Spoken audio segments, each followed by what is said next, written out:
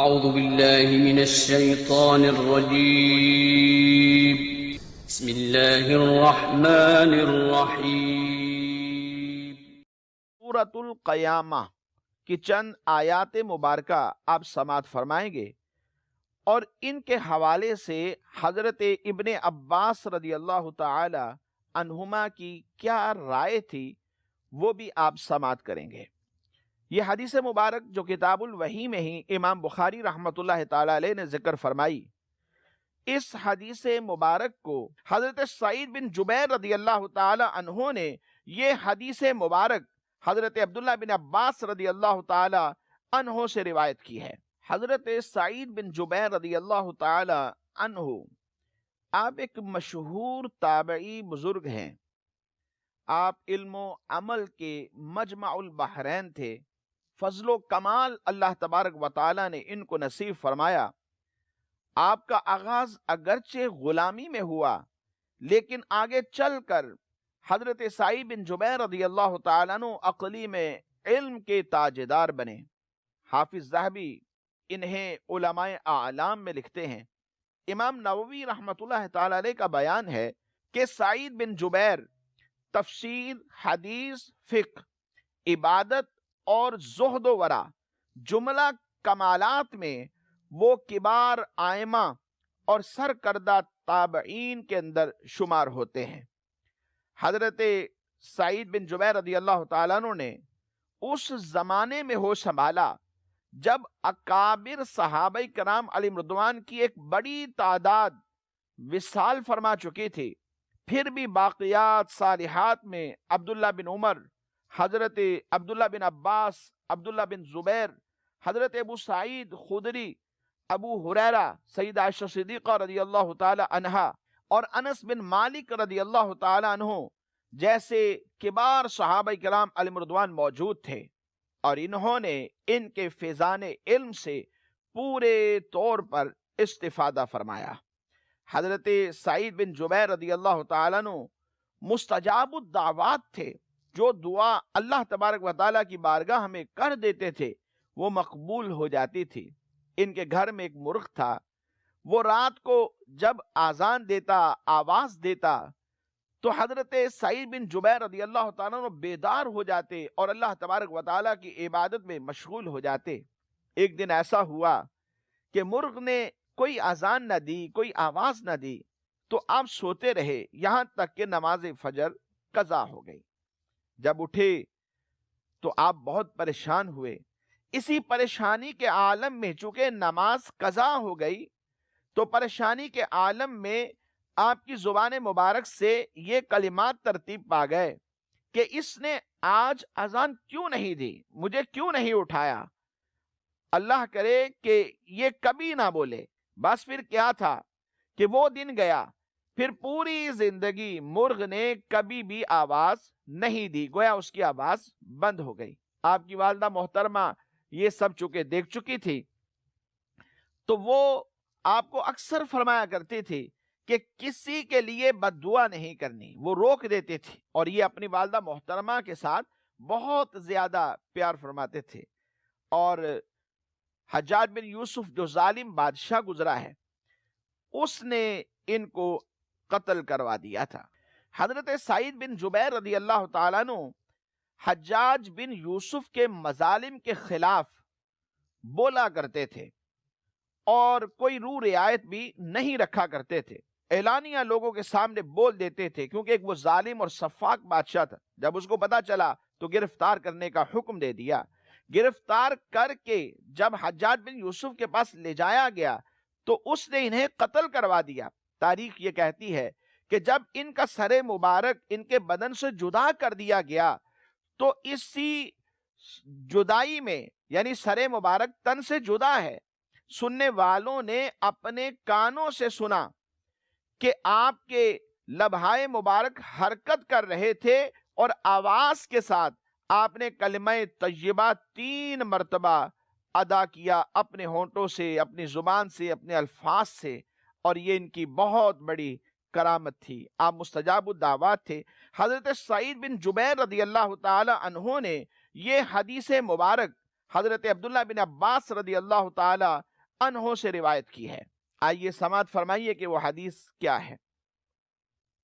حضرت سعید بن جبیر رضی اللہ تعالی عنہ نے حضرت ابن عباس رضی اللہ تعالی عنہما سے کلام الہی لا تحرک به لسانک لتعجل به کی تفسیر کے سلسلے میں یہ سنا کہ نبی پاک صلی اللہ تعالی علیہ وآلہ وسلم نزول قرآن کے وقت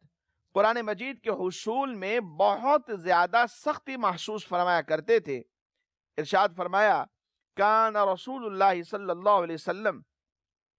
يعالج من التنزيل شدة وكان مما يحرك شفتيه، اور اس کی علامتوں میں سے ایک علامت یہ تھی کہ یاد کرنے کے لیے آپ اپنے ہونٹوں کو ہلایا کرتے تھے۔ اور حضرت ابن عباس رضی اللہ تعالی عنہما نے اس حدیث کو بیان کرتے ہوئے یہ کہا فَأَنَا أُحَرِّكُهُمَا لَكُمْ كَمَا كَانَ رسول اللہ صلی اللہ علیہ وسلم يُحَرِّكُهُمَا، آپ فرماتے ہیں کہ میں اپنے ہونٹوں کو تمہارے لیے یعنی تمہیں صرف دکھانے کے لیے ہلاتا ہوں جس طرح نبی پاک صلی اللہ تعالی علیہ وآلہ وسلم ہلایا کرتے تھے۔ اور پھر حضرت سعید رضی اللہ تعالیٰ عنہ نے فرمایا انا احرکہما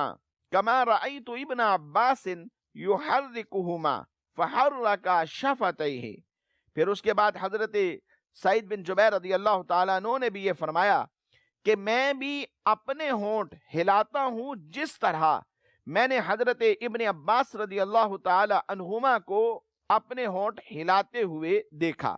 پھر انہوں نے اپنے ہونٹوں کو حرکت دی۔ تو پھر حضرت ابن عباس رضی اللہ تعالی عنہما نے کہا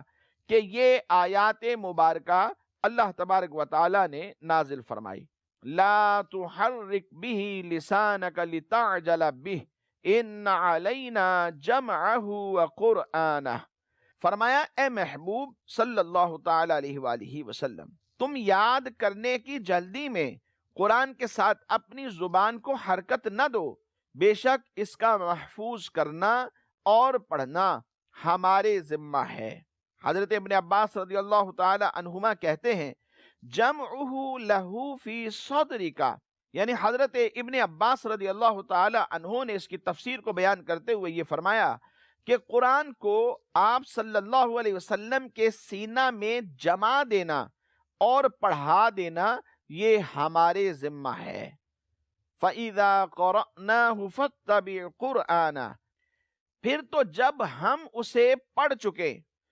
اس وقت اس پڑھے ہوئے کی اتباع کرو۔ حضرت عبداللہ ابن عباس رضی اللہ تعالی عنہما فرماتے ہیں کہ اس سے مطلب کیا ہے؟ فرمایا فَاسْتَمِعْ لَهُ وَأَنصِتْ، اس کا مطلب یہ ہے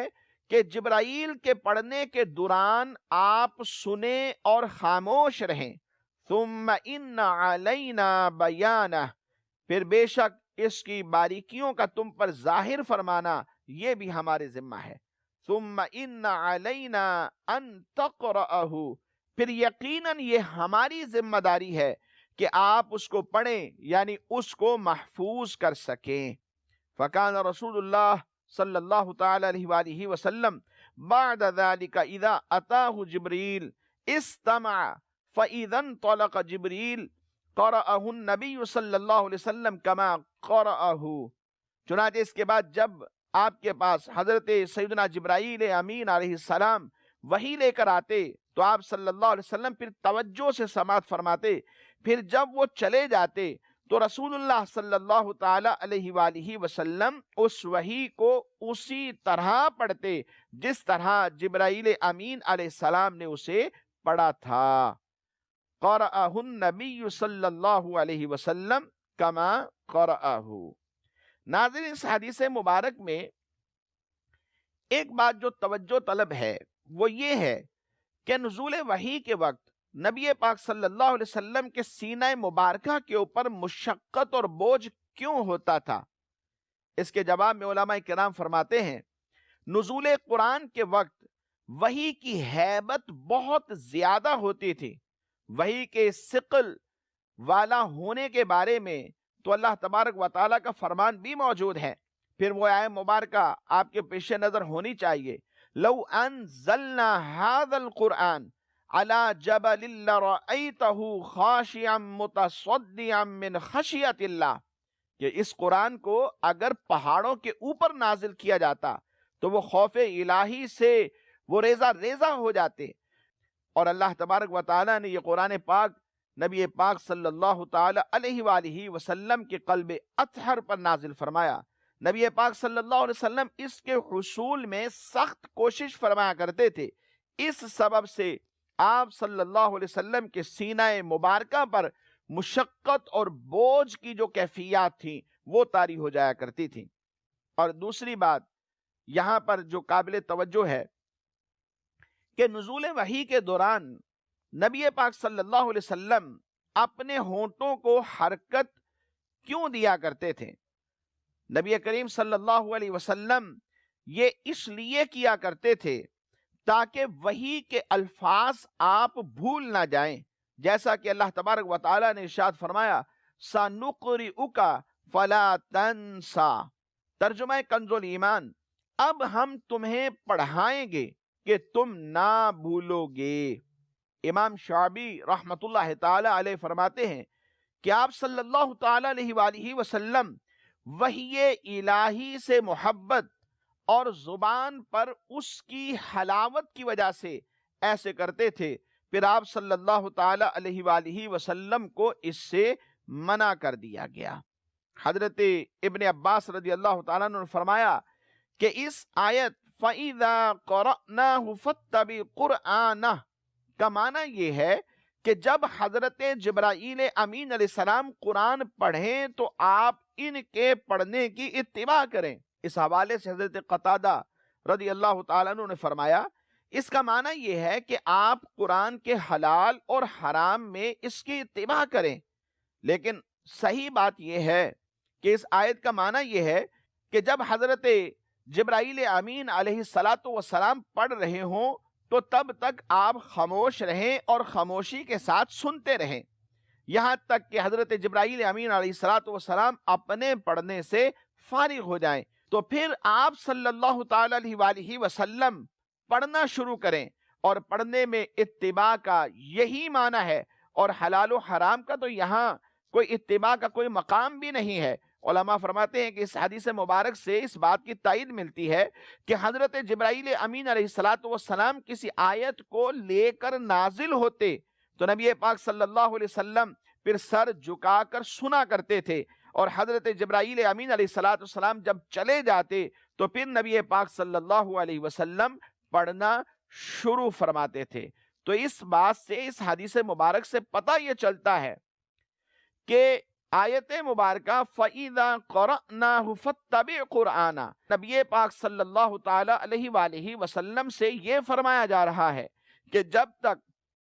حضرت جبرائیل امین علیہ السلام قرآن پڑھ رہے ہوں تب تک آپ خاموش رہیں اور سماعت فرمائیں، اور جب پڑھ چکے تو پھر آپ پڑھنا شروع فرمائیں، اور جیسا انہوں نے پڑھا ہے ویسے ہی پڑھتے چلے جائیں۔ ناظرین، حضرت جبرائیل امین علیہ السلام سے نبی پاک صلی اللہ علیہ وسلم جو اس آیہ مبارکہ کے معنی پوچھا کرتے تھے تو اس کی ممانعت کیوں کی گئی؟ امام راضی رحمت اللہ تعالی علیہ اس حوالے سے فرماتے ہیں کہ یہ آیت اس بات پر دلالت کرتی ہے کہ نبی کریم صلی اللہ علیہ وسلم حضرت جبرائیل امین علیہ السلام کے ساتھ قرآن پاک پڑھتے تھے، مشکل مباحث اور ان کے معنی کے متعلق حضرت جبرائیل امین علیہ السلام سے دریافت بھی کرتے تھے، پوچھتے رہتے تھے، تو اللہ تبارک و تعالی نے اس سے منع فرما دیا اور فرمایا کہ محبوب صلی اللہ علیہ وسلم آپ پریشان نہ ہوں، ان معانی کا بیان کرنا یہ ہمارے ذمہ ہے۔ مدنی چینل کے ناظرین، اس سے قرآن مجید پڑھنے اور سننے کے احکام بھی پتہ چلتے ہیں کہ اللہ تبارک و تعالیٰ نے یہ بھی ارشاد فرمایا وَإِذَا قُرِئَ الْقُرْآنُ فَاسْتَمِعُوا لَهُ وَأَنصِتُوا لَعَلَّكُمْ تُرْحَمُونَ، اور جب قرآن پڑھا جائے تو اسے کان لگا کر سنو اور خاموش رہو تاکہ تم رحم کیے جاؤ۔ اس حوالے سے علماء فرماتے ہیں کہ نماز اور خارج نماز دونوں جگہ قرآن مجید سننا مطلقاً واجب یعنی فرض کی حیثیت رکھتا ہے، کیونکہ یہ آیت اگرچہ نماز کے متعلق نازل ہوئی لیکن اعتبار عموم لفظ کا ہے نہ کہ خصوص سبب کا۔ اور یہاں پر ایک مسئلہ اور بھی ذہن میں رکھیے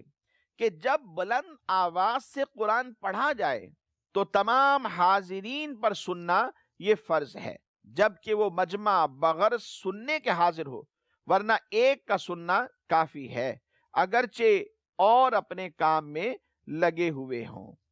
جہاں کوئی شخص علم دین پڑھا رہا ہے یا طالب علم دین کی تکرار کر رہا ہے یا مطالعہ کوئی کر رہا ہے، وہاں بھی بلند آواز سے پڑھنا علماء منع فرماتے ہیں۔ تلاوت کرنے میں ان تمام احکام کا خیال رکھنا چاہیے کہ جب بھی قرآن پڑھا جائے تو قرآن کو اچھے انداز سے پڑھا جائے۔ جب ایک قرآن پڑھ رہا ہے تو دوسرے سب قرآن سماعت کریں۔ جیسا کہ آپ جانتے ہیں رمضان المبارک میں بھی ہماری ایک تعداد ہے جو مساجد کے اندر قرآن مجید فرقان حمید کی تلاوت کرتی ہوئی نظر آتی ہے۔ اسی طرح گھروں کے اندر بھی ہر کوئی تلاوت قرآن کر رہا ہوتا ہے، بھائی بھی قرآن پڑھ رہے ہیں، بہنیں بھی قرآن پڑھ رہی ہیں، والدہ محترمہ بھی قرآن پڑھتی ہیں، اسی طرح والد محترم کو بھی موقع مل جاتا ہے اور وہ قرآن پاک کی تلاوت کرتے ہیں۔ ہر کوئی کوشش یہ کرتا ہے کہ اس رمضان المبارک میں ہم قرآن پاک ختم کر لیں یا ایک سے زائد پڑھ سکیں، ذوق اور شوق سے پڑھتے ہیں۔ تو جہاں بھی قرآن پڑھا جا رہا ہو تو ان احکام کی رعایت رکھی جائے۔ جب سب لوگ اکٹھے مل کر پڑھ رہے ہوں تو اونچی آواز سے نہ پڑھا جائے، فقط اتنی آواز رکھیں کہ خود اپنے کان سن سکیں۔ میں دعا گو ہوں کہ اللہ تبارک و تعالی ہم سب کو اس رمضان المبارک کی برکتیں نصیب فرمائے، زیادہ سے زیادہ عبادتیں، نوافل، قرآن مجید کی تلاوت، صدقہ اور خیرات کی توفیق نصیب فرمائے۔ آمین بجاہ النبی الامین صلی اللہ علیہ وسلم۔